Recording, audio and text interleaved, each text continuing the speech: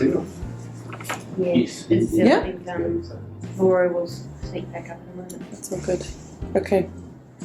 Righto.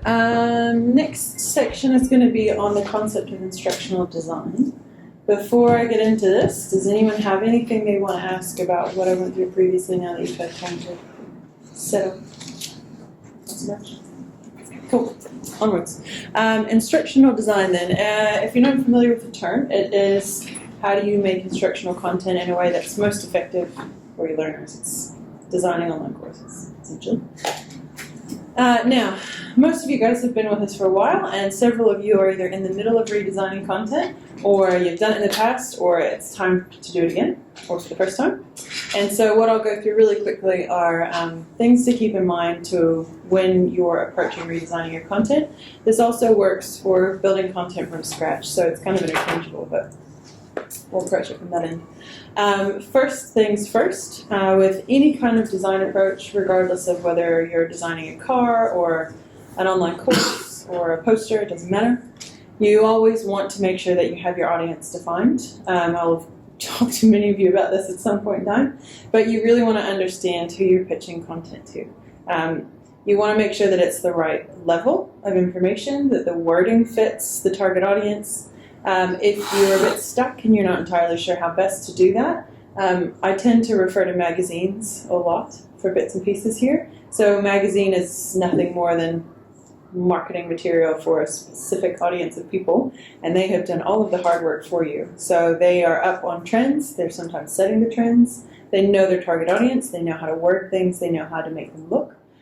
So I tend to use magazines quite often because they're readily available, they're everywhere, and they're pretty cost effective, to be honest, and you usually get a good article out of it, depending on what you're looking at. So you can use that as a way to kind of cross-check the content you're making against your actual audience.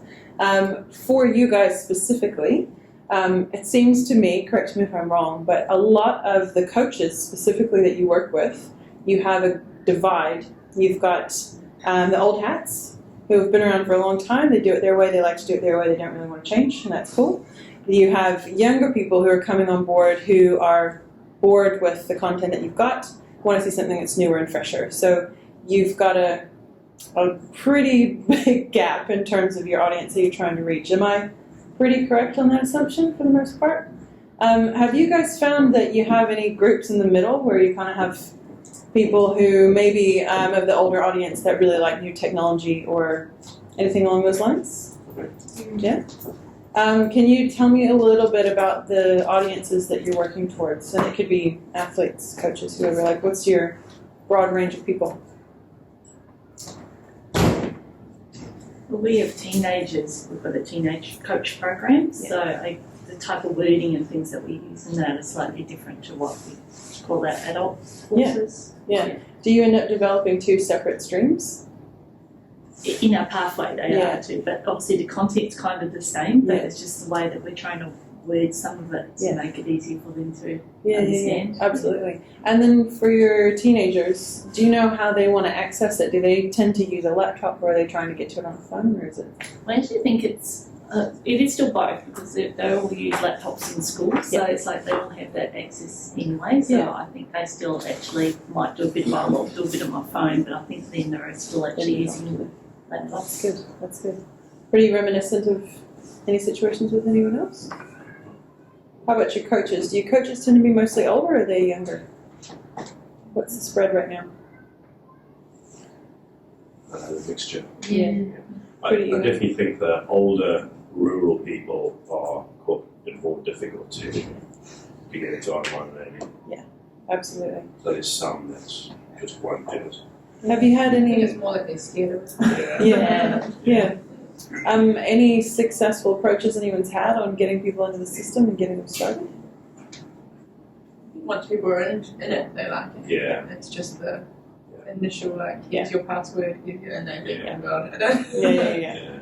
I think a lot of that would, if they've had a really good onboarding process and learning how to use it, they're more likely to actually go back. Ironically, you're talking about getting them started. I did a session yesterday with a group of teachers. So one of our other products is called Aranui, and it's a teacher appraisal tool.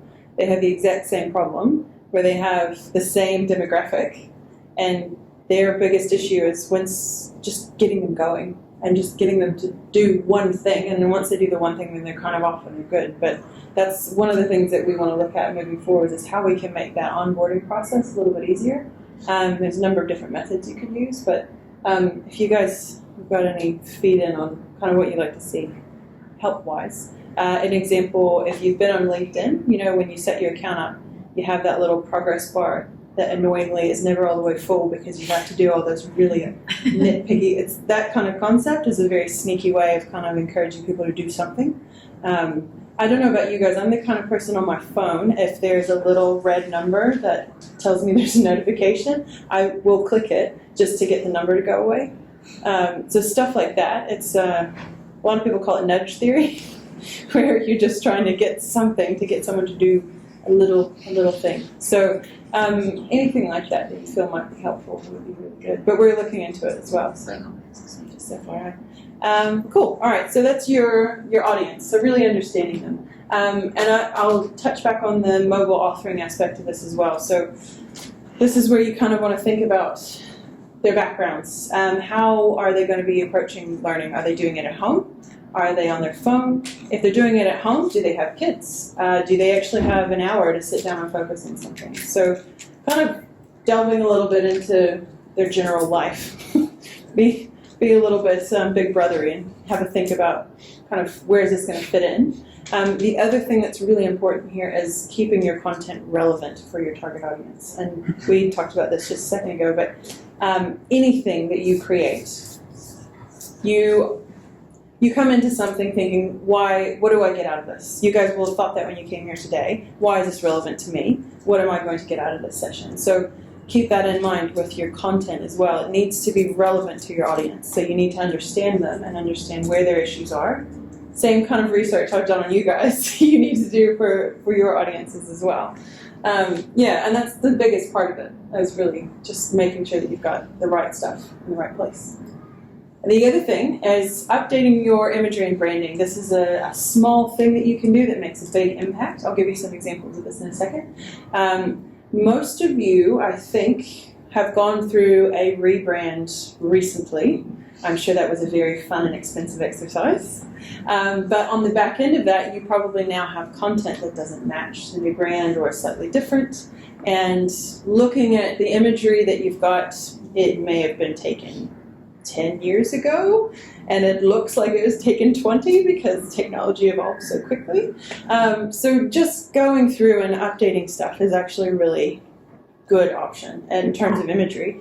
You do want to make sure that you kind of adjust the wording at the same time, because a lot of times if people come back into a module that they've already done and they see that it looks very similar to what it was the last time, they aren't going to engage with it because they're like, oh, I've done this, it's fine, leave it alone. Don't worry about it. So updating your imagery and branding is really good, and evolving your content to match along with that. So some of the rebrands that I've seen, and this is outside of this audience as well, they actually change their tone, not just, oh, we now have a blue logo instead of a green one. They create a persona for, this is me talking to you about my stuff.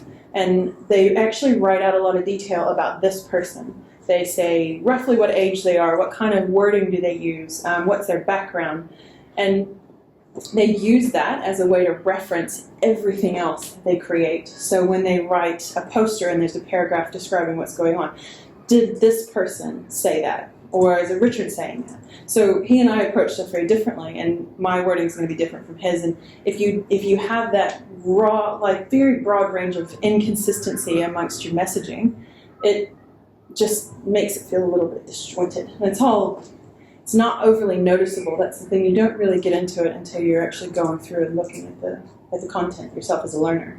So keep that in mind as well. And then sticking to your brand guidelines as well. And if you don't have them, they're very easy to make. I'm more than happy to help with anything in regards to kind of collating that information for you. Most of you are going to be over the top of it, so I'm not too fussed about this crowd. But we have other clients that it's not a thing that exists. They have 6 different fonts on their websites and stuff's all over the show. So it's kind of bringing a level of sameness. So everything looks like it fits together. So happy to help in any of those situations if you get stuck. Now, other thing, and I've mentioned this before, refresh your words. Again, develop a persona for your marketing messaging, for your content messaging. Make sure that it sounds like it comes from them. Make sure that it's the right approach.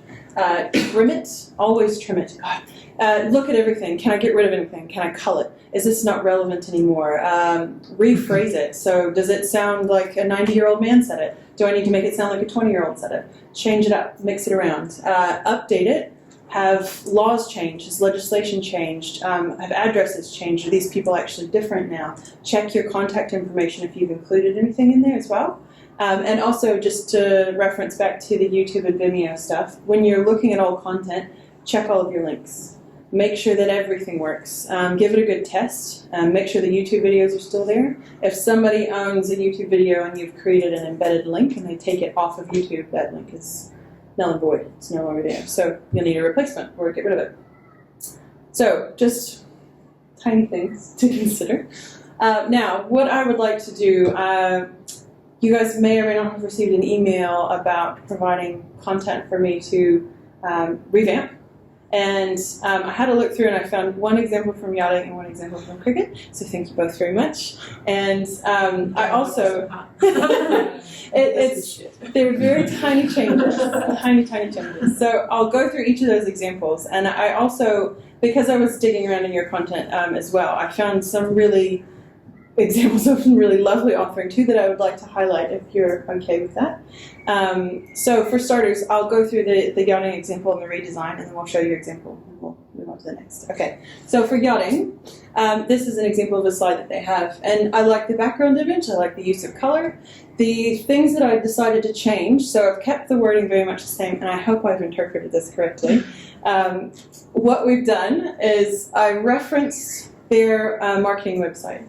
This is a valuable tool to use if you don't have a brand guideline. Reference your marketing site because someone's put a lot of time into making that look nice. So use elements from that. So for this example, hard to tell here, there's a banner here that has a little bit of opacity on it. So it's got kind of a navy blue, very oceany kind of theme, a little bit of opacity, and then these are actual link references that have a full fill color on them. So I've taken that concept and taken the text color and the sizing and changed that slide to that.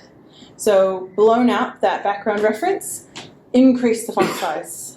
This is a consistent problem that we have with our current platform, is that the default font size we use is a 15 point, which is actually rather small. You may or may not have noticed. Most websites nowadays, 16 is the minimum, and some people actually go for 18. So you can make a huge difference just by tweaking fonts. The other thing that we've developed recently is the ability to change the fonts within the modules themselves. This wasn't something we could change prior to this. So if you have specific brand requirements for fonts that you've chosen, let Richard or Stan know, and we can get them loaded into the authoring site so that you can pick and choose. But that makes a huge difference. So for example, the generic font that comes with all the systems at the moment is 15-point Tahoma. If you're unfamiliar with Tahoma, it looks like when it was made, about 80s, 90s. It looks a little fuzzy, and I don't know why. But change it to something that's newer, and it's instant. You don't even really need to change anything else. Just changing the font makes such a huge difference in making stuff look fresh and look new. It's minor, very minor things. So other things that I've done here, again, I made that background area a little bit bigger, and if I show them side by side, you can see that takes up quite a bit more space. The font is much, much bigger. I've made those headings stand out, and I've given this kind of background a little bit of padding so that everything looks like it has a little bit more space around it. For those bottom points, and correct me if I've gotten this wrong, from the way I interpreted it was you have two different levels of change in wind direction. You have 15 degrees and higher, and then anything over 40-ish. Great. So I split those into two categories, and really you want to look at your content and figure out what's the most important thing you want to reference. So that was my interpretation of kind of your interpretation. I hope I got that right. So that's my yachting redesign. And any questions about any of that before I show fantastic example? Okay. How long did it take you? How long did it take me? So this one took me a little bit longer than the Cricut one. I want to say 15 minutes-ish. That would take me all day. Well, so the nice thing is, with stuff like this, we can actually set up template slides for you. So when we go through and actually look at your content, we can create, it's the same thing kind of that you have in PowerPoint, a generic background or a generic feel that you can use for a selection of different topic types. Really common one that we do now is a specific slide design for a standalone question. A lot of the interactions that we're creating now in newer modules that we're authoring, we actually don't incorporate the question in with the information on the slide. We put it on a separate slide. It works really well to keep people focused on the question.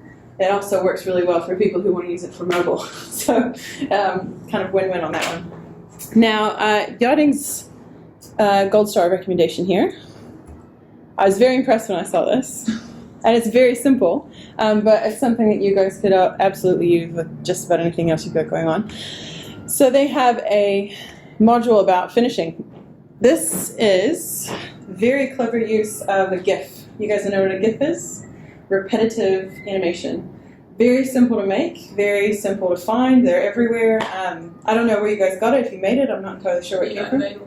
You made them all. Okay, you get 2 gold stars then. So if you need to know how to make GIFs, you can talk to Danica.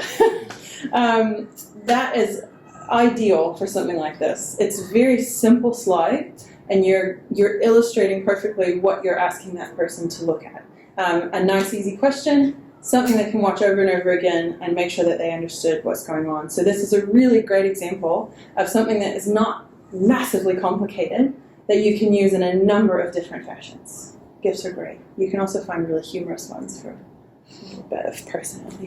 Has the boat finished? Yeah, that's my question too. Yes, it Yes, has. Just Doesn't have to fully cross the finish line. Just have to intersect it, Got like break a it. wall. No, exactly. Ball is now. You're pretty stupid if you do that though, you might as well just cross it. All right. Now, next example. Good. Okay, next example is cricket. Thank you again, Richard, for this.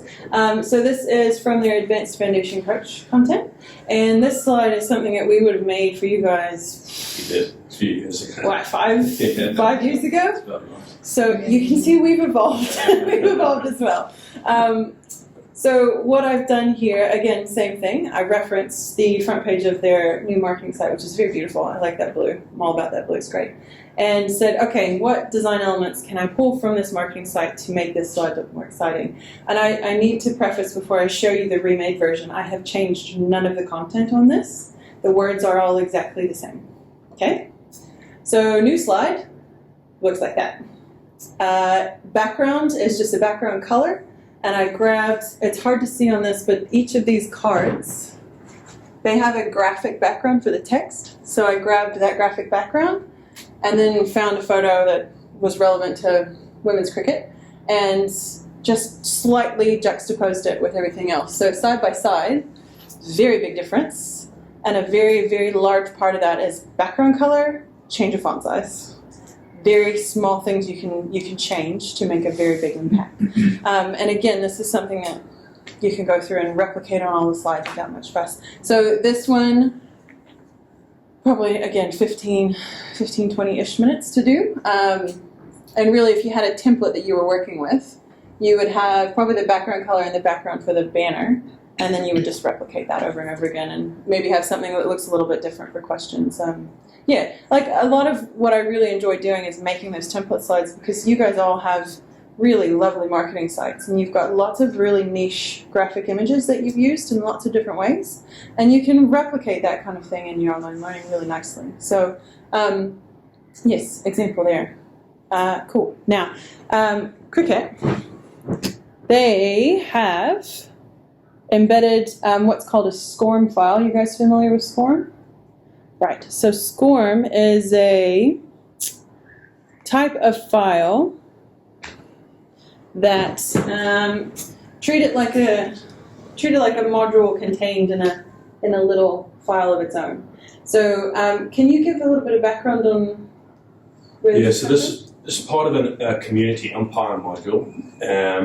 So we got, our umpires have got some video footage from international games and things. It's the kind of, you can get it off, you see it on TV pretty much. So they've obviously got some of the raw footage. So I think we did it with you, and provided the footage and then what needed to go in there. So I'll and run so what through it. they'll have is the umpire. It's really to give them a practical experience to make a LBW decision.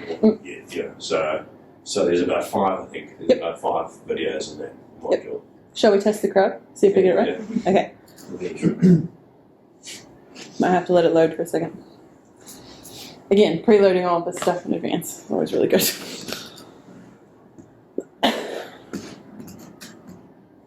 She says confidently. Here we go.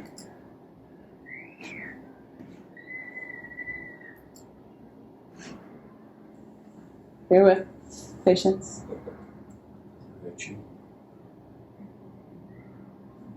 Oh, you are going to load slowly. Let me load that one again. So these are elements that we create on a platform called Storyline. And Storyline allows us to make these really, really customized interactions, for lack of a better word. So this is meant as a way to engage the learner a little bit further. There aren't any points associated with this against the module. It's meant as an illustrative exercise to kind of get people into the frame of reference that you're looking for. And I don't think the internet's cooperating with us very much here today. Oh, it's...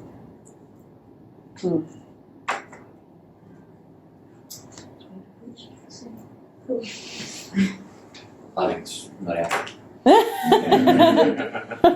Pushed outside the So this is built into a module? Yes, yeah. And you just have them interspersed within the actual module So content, don't you? we had content and interactions in that, and then it kind of finishes off, I think, the last probably 5 slides or so are different. So they've got to make different decisions, and they get 5 seconds to make a decision. And then it'll come up, you'll see it'll come up, if you can, it'll come up yes or no. And if you've got it wrong, it'll give an explanation. Or even if you got it right, I think it gives an explanation. Yeah, it does too, actually. Should do that. To my phone, Yeah, I was going to hotspot on it. Yeah, the Wi-Fi's got been... 5G in Auckland now. Yeah. I do want to show it because it is a really, really lovely example. So the I'll answer, let you 5G makes the phone go faster. Yeah, so lots of different ways that you can kind of look at how you revamp your content and make it a little bit more engaging against what it is at the moment. And this is something that if you have a specific piece of content that you want us to look at, again, please let us know and we can have a look through it and kind of get an idea of what you're looking So for. is that something like you can do? Because I don't know, enough, but I'm not a designer at Yeah. all. So I've just we kind of set something up a couple of years ago, and all my slides have just been kind of based on Yeah. that. James, yes, thank you. Not out. All right, general consensus? Not out? But I, Ooh. You call it French really? That's cool. We'll have a look at some of the other ones. We went through this in a staff meeting. None of us should be umpires. Definitely not me. armchair umpires. Yeah, armchair umpires, definitely. Thoughts? Not out.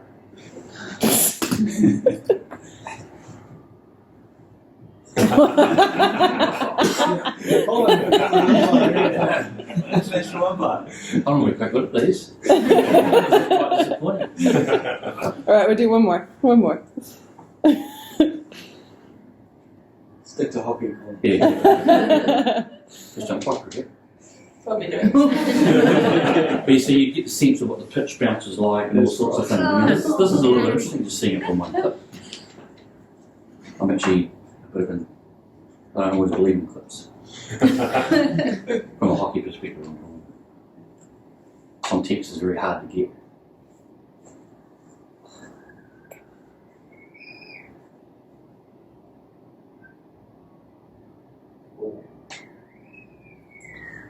All right, Colin?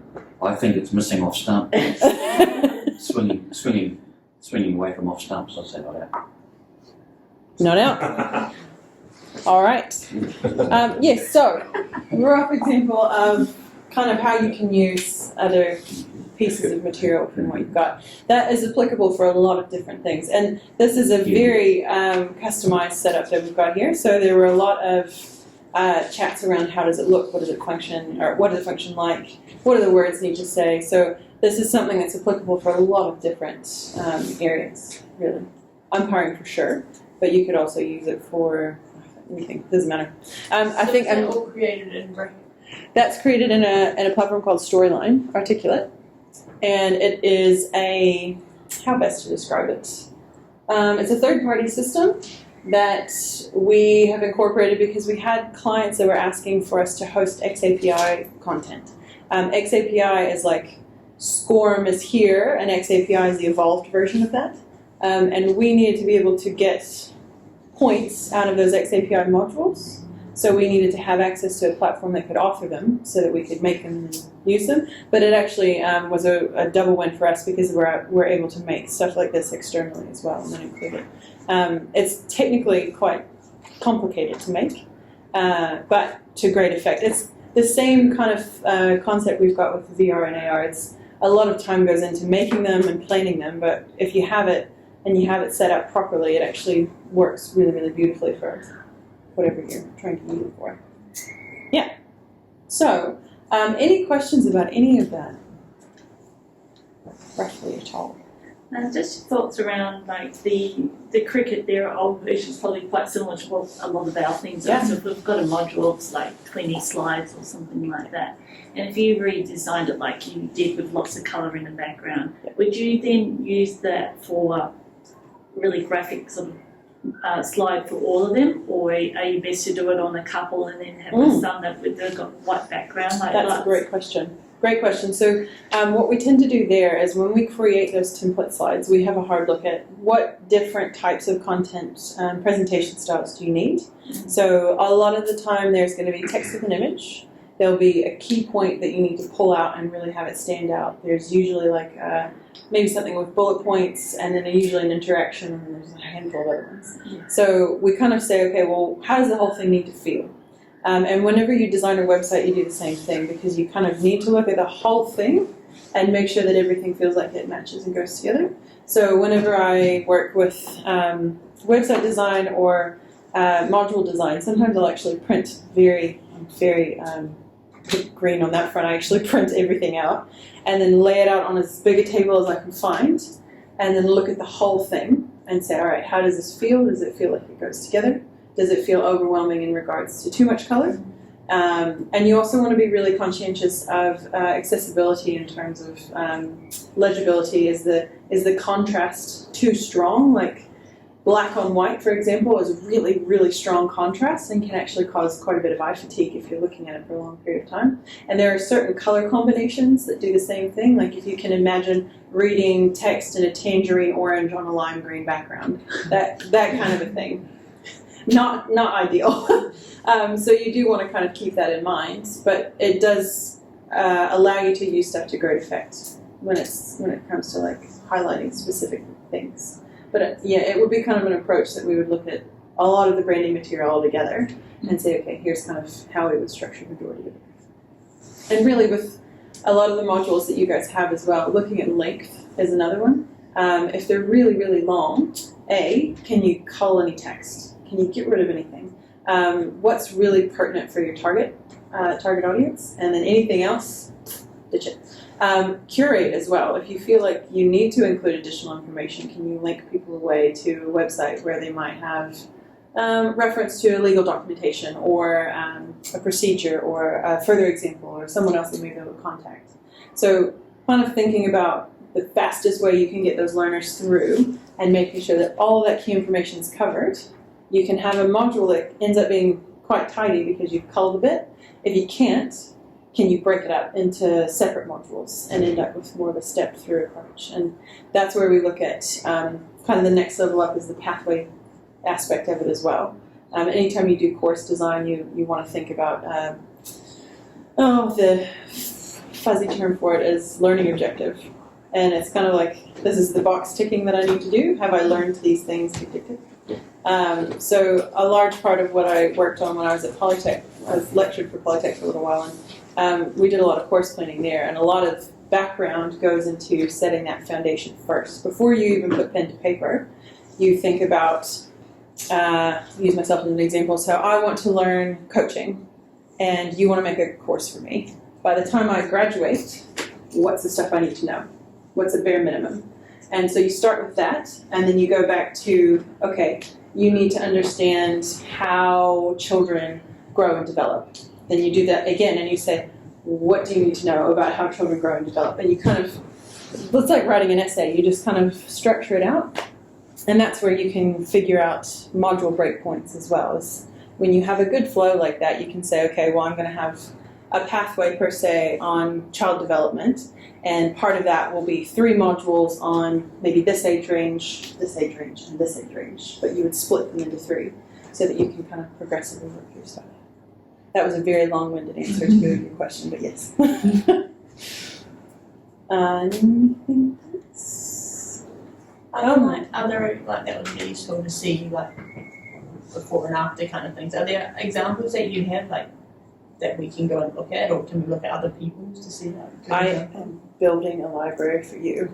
I am. I did a really good session with SPCA not that long ago, talking about design concept and principles and how to approach it. And I need to ask permission from her again, but really want to share that with people because it means that A, I don't have to say it 6 million times, and B, you won't get different versions. So it's really handy to kind of have some background information, and then with the examples, we're putting together some kind of stuff like this. It's the hard part is getting content that we're allowed to use in a public forum and that people are comfortable with us releasing. So if you have anything, feel free to put it up for offer. I think also, just talking to a few, Lauren, that it might be really valuable for everybody if we did another e-training session on, Yes. on how to build content so you can see, how we built those and what goes into it. Because I think that's the key thing for you is just retain that engagement of your people. Yep, totally. So, Totally. Can do. Definitely.